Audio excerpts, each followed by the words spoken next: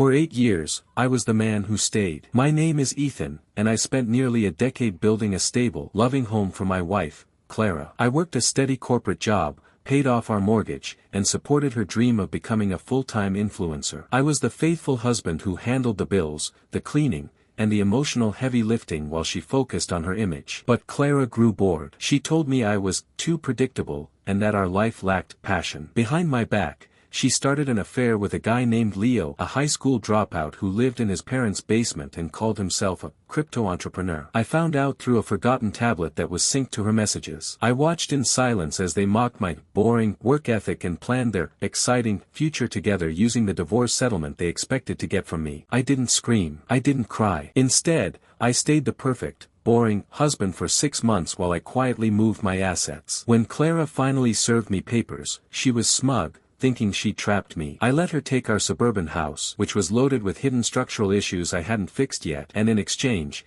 I kept my worthless shares in a tech startup I had consulted for on the side. Clara laughed, calling the shares monopoly money as she moved Leo into our old bedroom. 2 years later, the karma arrived with a vengeance. That worthless startup was acquired by a global giant, and my shares turned into an 8-figure fortune overnight. I moved into a glass penthouse and started traveling the world. Meanwhile, Clara's passionate life with Leo turned into a nightmare. Leo turned out to be a gambling addict who drained the equity from the house I gave her and then vanished when the bills piled up. Last month, I was at a high-end gala when a disheveled woman approached the security gate. It was Clara. She looked 20 years older, begging for just 5 minutes of my time to explain how she made a huge mistake. She told me she missed our boring life and that Leo was a monster. I didn't even lower the window of my car. I simply told my driver to keep going. I realized that the man she called predictable was now the man she could never afford to see again. Karma didn't just take her comfort, it gave her exactly what she asked for: